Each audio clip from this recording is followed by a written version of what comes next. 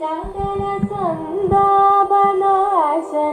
ജഗന്നാഥ വിഷ്ണു ഹരേ നാരായണായ നമഃ. നാരായണായ നമഃ. നാരായണായ നമഃ. നാരായണായ നമഃ. നാരായണായ നമഃ. നാരായണ സകല സന്താപനാശന ജഗന്നാഥ വിഷ്ണു ഹരേ നാരായണായ നാരായണായ നമഃ. നാരായണായ നമഃ.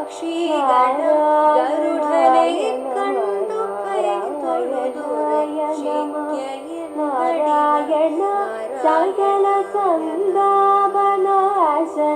ജഗന്നാഥ വിഷ്ണു ഹരേ നാരായണായ നമഃ.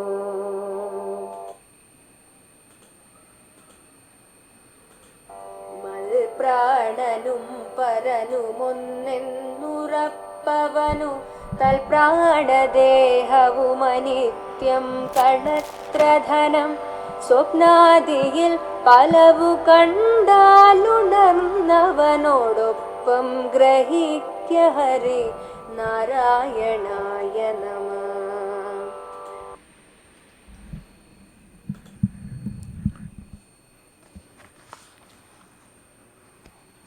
ഹരിനാമ കീർത്തനം ശ്രീ ബാലകൃഷ്ണൻ നായർ സാർ എഴുതിയ വ്യാഖ്യാനത്തിൻ്റെ ഓഡിയോ ബുക്ക് നമുക്ക് തുടർന്ന് കേൾക്കാം.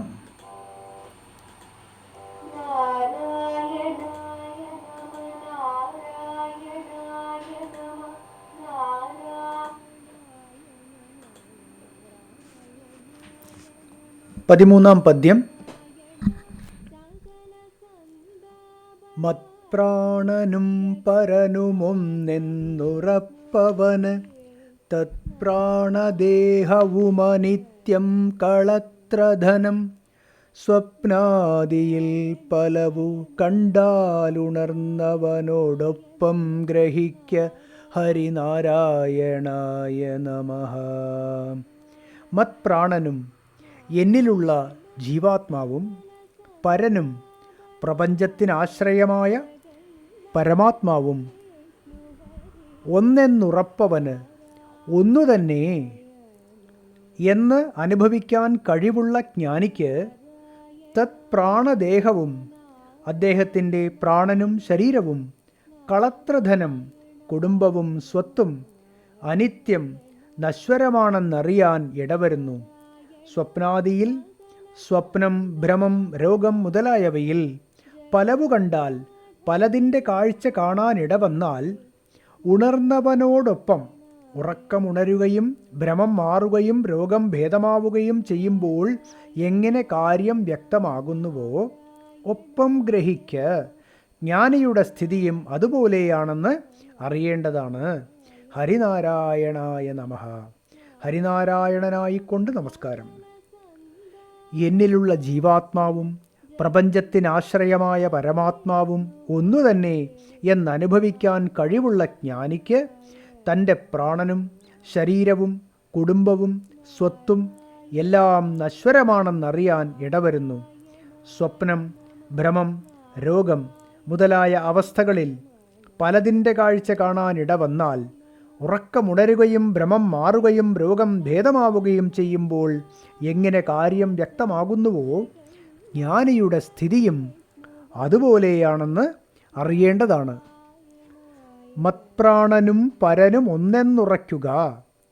മായാനിർമ്മിതങ്ങളായ ജഡോപാധികളിൽ പ്രതിബിംബിക്കുന്ന ബോധമാണ് ജീവാത്മാവെന്ന് നാം മുമ്പ് മനസ്സിലാക്കിയല്ലോ. പ്രാണനാണ് ആദ്യത്തെ ജഡോപാധി. തുടർന്ന് മനസ്സ്. പ്രാണനിലും മനസ്സിലും പ്രതിബിംബബോധം ഞാൻ ഞാൻ എന്നിങ്ങനെ പ്രകടമായി അനുഭവപ്പെടുന്നു. മനസ്സിനുപരിയുണ്ടാകുന്ന ജഡോപാധിയാണ് സ്ഥൂലദേഹം. ഒരിക്കൽ കൂടി വായിക്കാം. മായാനിർമ്മിതങ്ങളായ ജഡോപാധികളിൽ പ്രതിബിംബിക്കുന്ന ബോധമാണ് ജീവാത്മാവെന്ന് നാം മുമ്പ് മനസ്സിലാക്കിയല്ലോ. പ്രാണനാണ് ആദ്യത്തെ ജഡോപാധി, തുടർന്ന് മനസ്സ്. പ്രാണനിലും മനസ്സിലും പ്രതിബിംബബോധം ഞാൻ ഞാൻ എന്നിങ്ങനെ പ്രകടമായി അനുഭവപ്പെടുന്നു. മനസ്സിനുപരിയുണ്ടാകുന്ന ജഡോപാധിയാണ് സ്ഥൂലദേഹം. ഈ ഉപാധികളിൽ പ്രതിബിംബിക്കുന്ന ബോധം ഉപാധികളിൽ നിന്നും ഭിന്നമാണെന്ന് തീർച്ചയാണല്ലോ.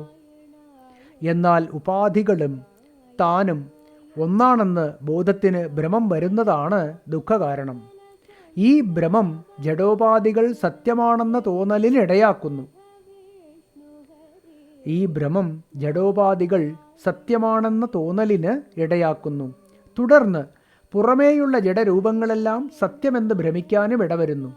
ഈ ഭ്രമം മാറിക്കിട്ടാൻ ഒരു വഴിയേ ഉള്ളൂ. ജഡോപാധികളെ പുറന്തള്ളിയിട്ട് ബോധം അവയിൽ നിന്നും വേർപെടണം. ആദ്യം പുറമേ നിന്ന് അനുഭവപ്പെടുന്ന ജഡരൂപങ്ങളെ പുറന്തള്ളണം. തുടർന്ന് സ്വന്തം വ്യക്തിത്വത്തിൻ്റെ ഘടകങ്ങളായ സ്ഥൂലദേഹം, മനസ്സ്, പ്രാണൻ എന്നീ ജഡോപാധികളെ പുറന്തള്ളണം. എങ്ങനെയാണ് ഈ ജഡോപാധികളെ പുറന്തള്ളുക? ജഡദൃശ്യ അനുഭവം വിശകലനം ചെയ്താൽ വിചിത്രമായ ഒരു രഹസ്യം വെളിപ്പെടും.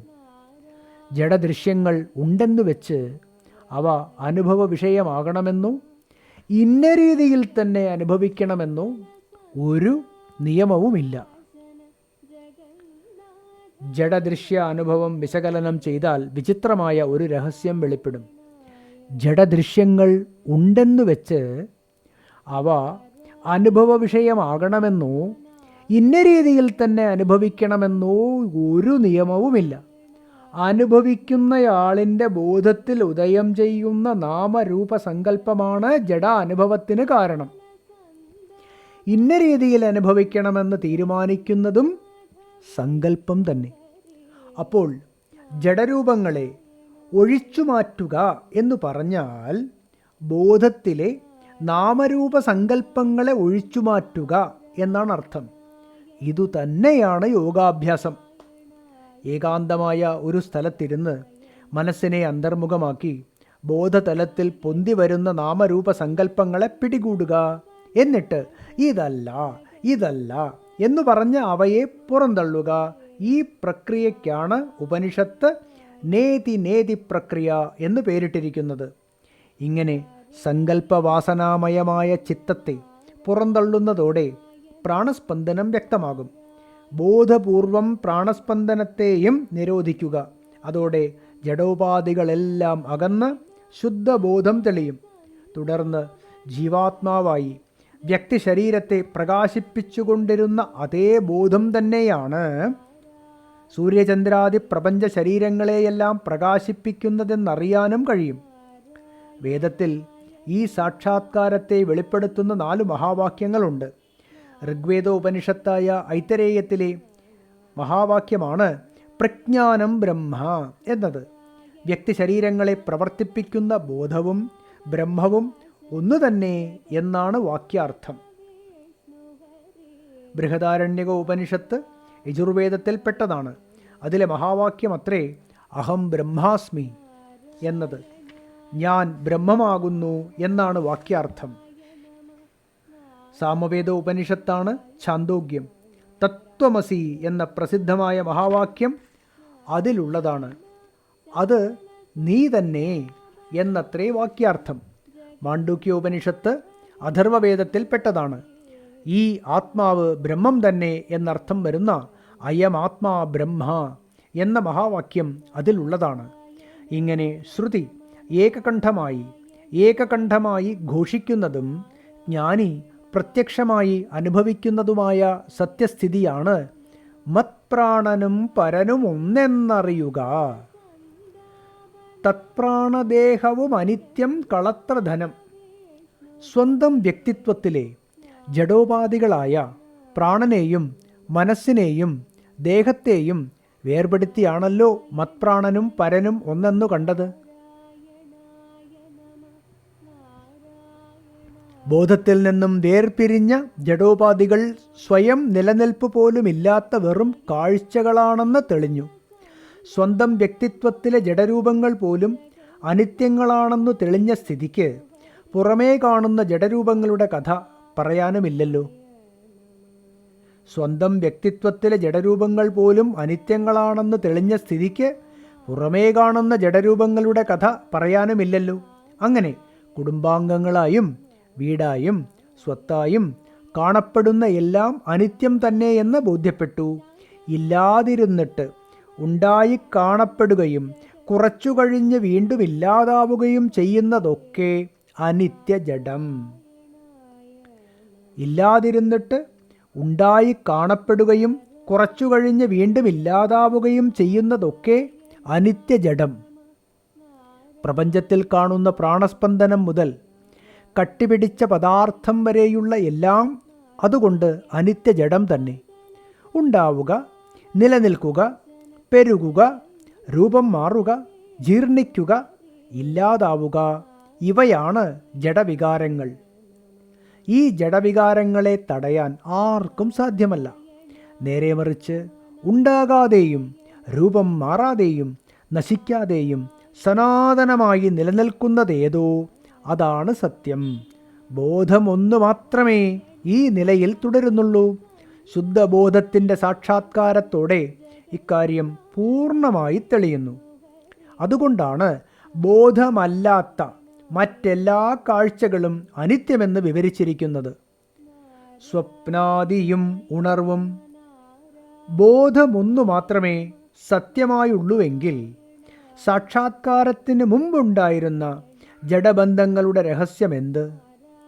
അജ്ഞാനസ്വരൂപിണിയായ അവിദ്യ ബോധത്തെ മറച്ചുണ്ടാക്കി തീർക്കുന്ന ഭ്രമം.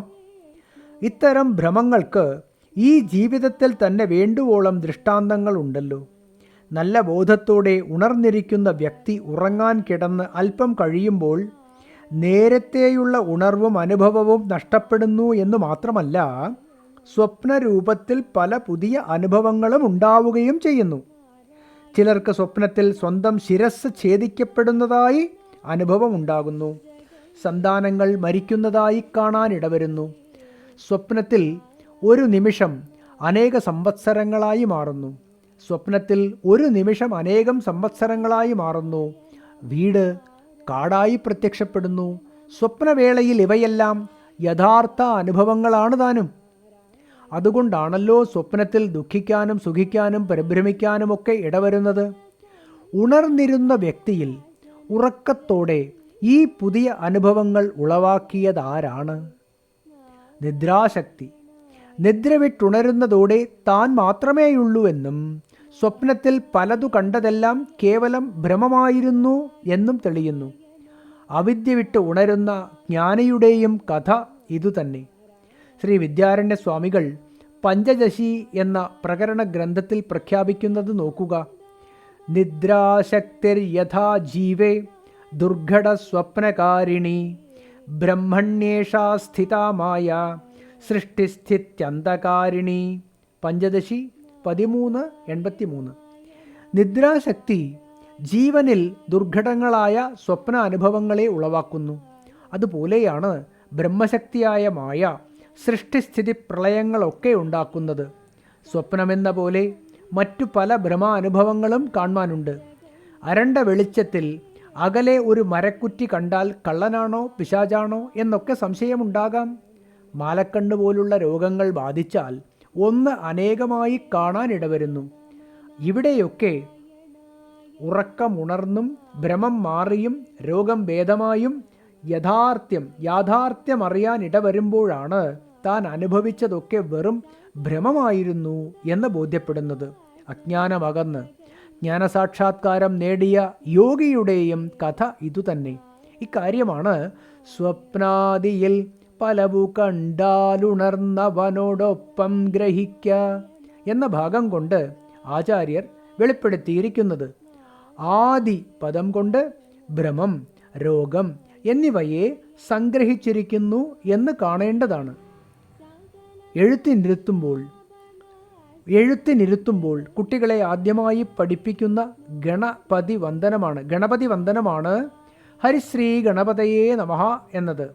5 മുതൽ 13 വരെയുള്ള ശ്ലോകങ്ങൾ അതിൽ നിന്ന് ഓരോ അക്ഷരമായി എടുത്ത് രചിച്ച കീർത്തനങ്ങളാണ്. ഇതിൽ ഹരി എന്ന ആദ്യ പദത്തെ ഏകാക്ഷരം പോലെ ഗണിച്ചിരിക്കുന്നു എന്നറിയേണ്ടതാണ്. മേൽ ഹരിനാമ കീർത്തനം എന്തിനു രചിക്കുന്നുവെന്നും ഏതു ക്രമത്തിൽ രചിക്കുന്നുവെന്നും വിവരിക്കുന്നതാണ് 14-ാം പദ്യം. അതോടൊപ്പം ഈ പദ്യത്തിൽ ശ്രീ നീലകണ്ഠ ഗുരുവിൻ്റെ കാരുണ്യത്തിനായി അഭ്യർത്ഥിക്കുകയും ചെയ്യുന്നു. ഓഡിയോ ബുക്ക് തുടരുന്നതാണ്.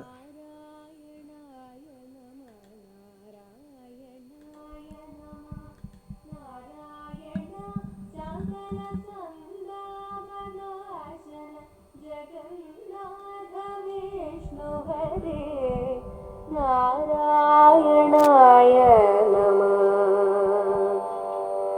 നാരായണായ നമഃ.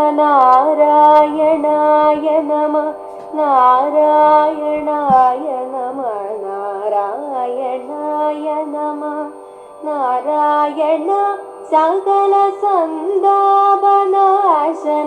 ജഗന്നാഥ വിഷ്ണു ഹരേ. നാരായണായ നമഃ.